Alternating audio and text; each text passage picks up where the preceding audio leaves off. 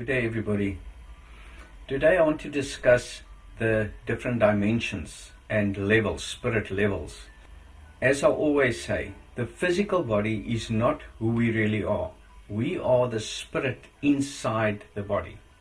When we leave the body, we enter the astral.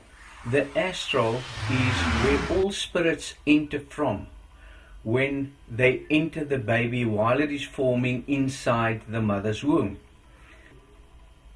The astral is also known as the level of the journey because all spirits, even animals in lower life forms, when they leave their body, they enter into the astral for a very short time and re-enter into a physical body. This is something we don't have any control over. When we die, we enter into the astral. But for as long as we're inside the physical body, we can ascend into higher levels of consciousness. Now, what is this higher levels of consciousness? Consciousness is what you are conscious of. You are conscious of your physical surroundings. You are conscious of your physical body. We have to find somebody to teach us how to ascend into spirit consciousness. Because when you become spiritually conscious, you understand that you are not the mind. You understand that you're not the body. There are many heavens. There are many levels of consciousness. It's the same as a school. You start at the first grade, second grade, third grade, fourth grade.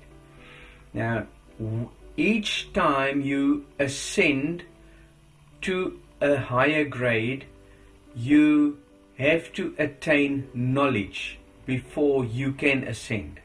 And it's the same in the spirit. When you leave your body, you have a spirit body. And you will still be exactly the same person as who you are now. Nothing will change. When you leave your body, your mind will remain the same. You will understand as much as you understand at this point. That is why it is so important to ascend into higher levels of consciousness, to become aware of your spirit and soul before you leave the body. There's no physical heavens. It's levels of consciousness. Each time you ascend in spirit consciousness, you ascend above a level of physical mind. Let's use an example. You're addicted to food or to alcohol or to drugs. It's your thought that attaches you to this world. When you conquer a habit, you have to ascend above that thought. Now, there's two ways of conquering a thought or conquering a habit. The first one is by pure motivation, where you don't want to eat anymore, you want to go on a diet, or you don't want to drink anymore. You're going to stop and you're going to look after your physical body. You're going to look after yourself. Now, the second way of doing it is by meditation and prayer, where you actually ascend above your thought. So when you ascend above thought, the mind can't hold you back anymore. And that is what you have to do while you're inside the body. You have to conquer the thoughts and ascend in spirit consciousness. You must become aware of your soul. You must become aware of the heavens beyond the human mind. When you leave your body, you enter into the astral. Now, the physical body cannot enter into the astral. It belongs to the earth. It's dust, it's material matter. There are many heavens above that, but we are acquainted with 7 heavens. So let's stick to that first. When you become spiritually enlightened, you ascend into your first heaven. And when you ascend into the first heaven, you have to leave that body behind. Your astral body will remain behind. The same as when you leave the physical body and enter into the spirit realm of the astral, you have to leave another body behind to ascend into the first heaven. The Bible makes it very clear in 1 Corinthians 15:50. Flesh and blood cannot enter into the kingdom of God. So many people believe that the Bible is referring to the physical body, which it is not.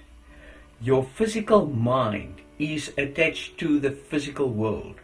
And when you leave your body and you're attached to all the physical material matter, you will remain attached to that. And that is why you will have to enter into a physical body again until you conquer the mind of habits and your love for the physical creation. You have to be detached from the physical creation. That is why all religions, Buddhism, Hinduism, Christianity, they all teach you have to take the inner journey. The inner journey is to escape from this world, to detach yourself from this world.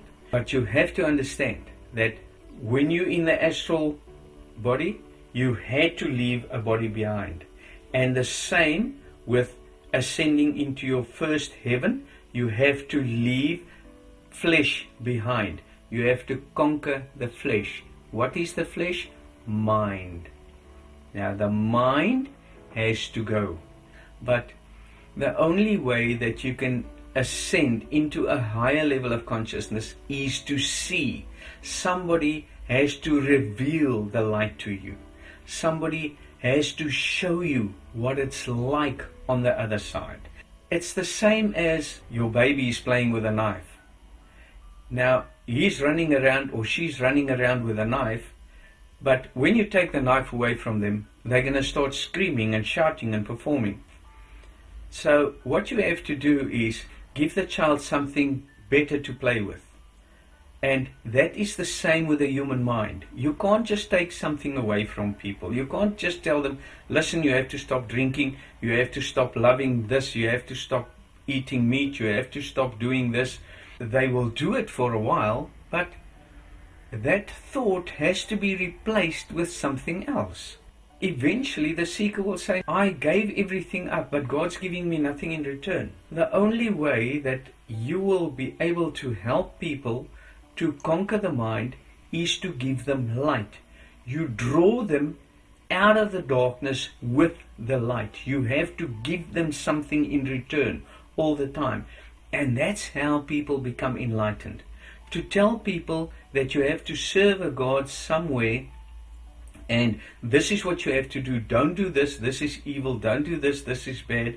But you don't give them anything in return. It will be to no avail. That's why so many people become atheists. Because Christianity or religion doesn't make sense. When somebody tells you to meditate and you meditate for hours and days and weeks and years, but nothing happens, they give up eventually. Or it just becomes a habit to sit and meditate, or it becomes a habit to pray, it becomes a habit to go to church.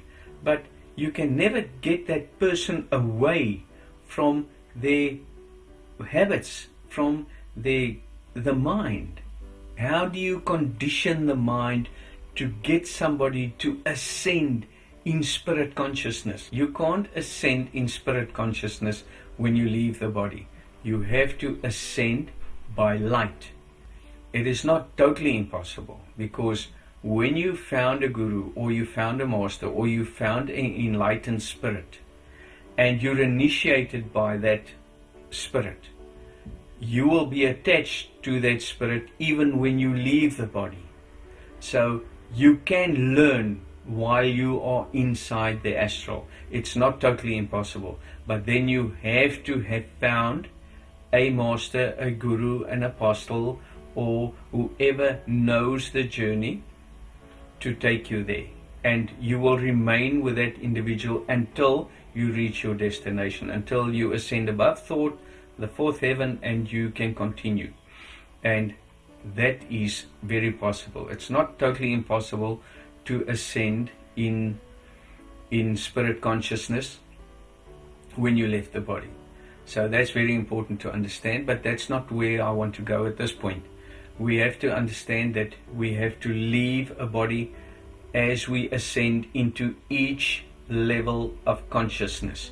We have to leave some thought. We have to become more enlightened. The same as the student in the school, the more enlightened you become, you will ascend to a higher grade. You might say, no, but what is the body you leave behind? The body you leave behind is flesh, fleshly thought, because you become more spiritually enlightened by conquering the flesh. You cannot become more spiritually enlightened if you did not conquer flesh. You ascend by conquering the flesh, by conquering the mind.